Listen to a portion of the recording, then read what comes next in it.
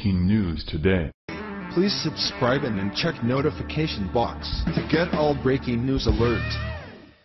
A Baltimore, Maryland woman has been savagely assaulted by black teenagers wielding bats and wooden sticks, amid a rash of similar attacks in the area this past Halloween.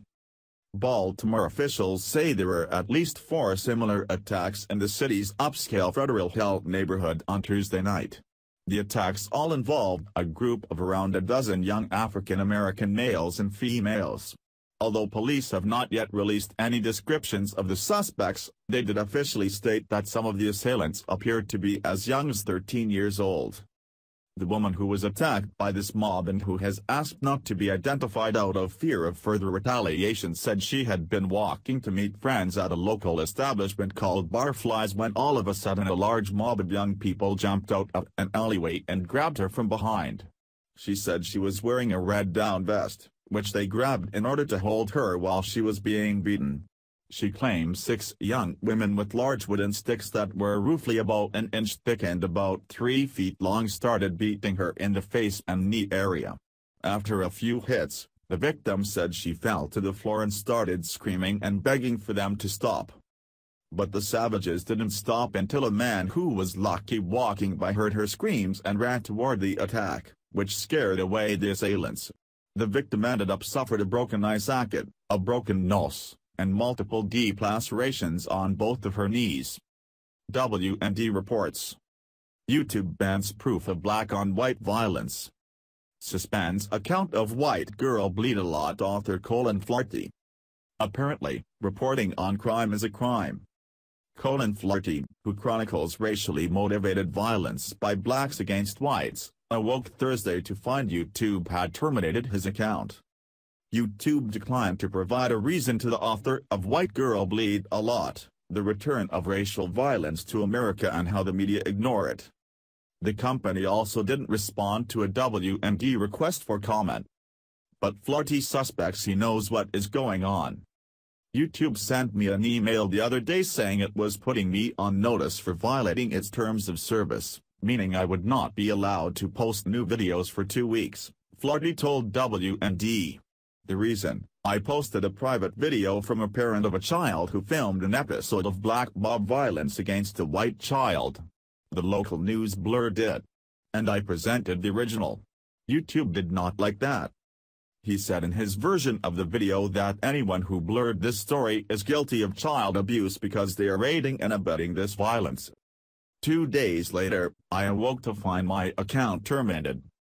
YouTube previously temporarily suspended WND's YouTube channel for featuring Mike Huckabee's comments on transsexuals.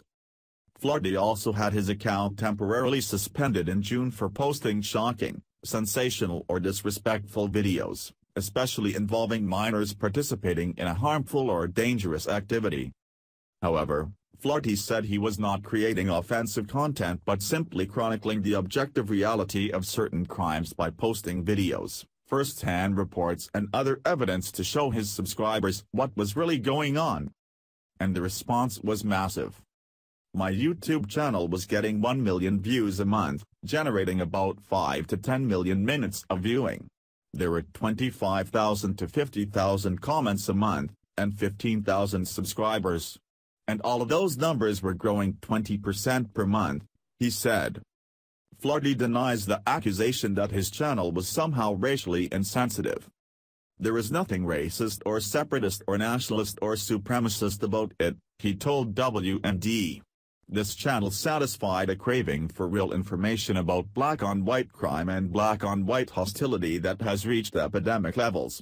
And I don't apologize for pointing out the obvious, black mob violence and black-on-white crime is wildly out of proportion. Flaherty believes he was creating such a fantastic response from the public because he was addressing issues no one else would. Colin Flaherty. My channel documents how the media ignore, deny, condone, excuse, encourage and even lie about these kinds of crimes. I filled a vacuum, and the people responded to that. And all of this was based on facts and evidence. We produced videos, 911 calls, police reports, eyewitness accounts and statements from victims who all said the same thing. "Something very wrong is happening here, and we have to pay attention to it," he said. YouTube removed many videos Flaherty had posted and still will not tell him why.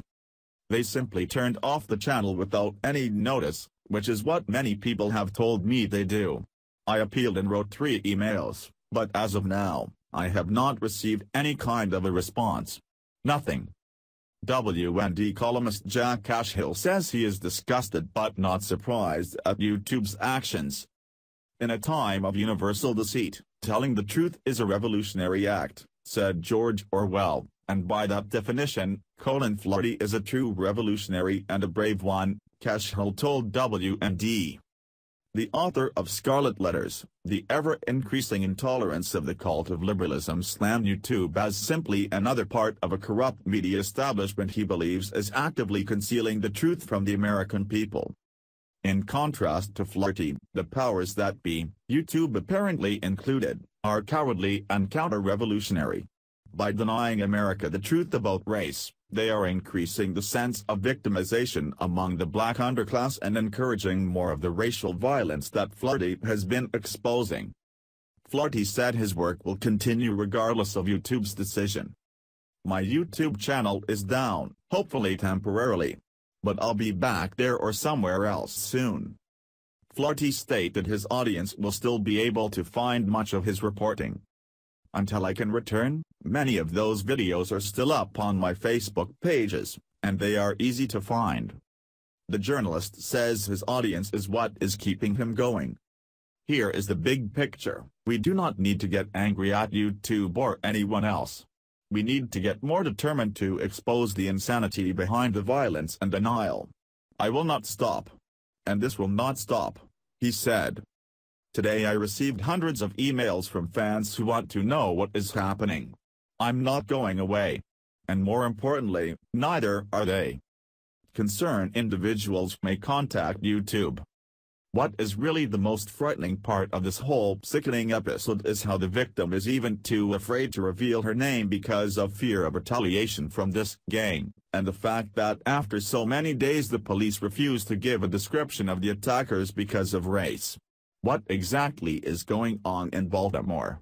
If the police aren't able to put these scumbag criminals in order, maybe then the National Guard can. Share if you agree it's time to end political correctness, especially when it comes to criminals. Follow us on Facebook at Freedom Daily.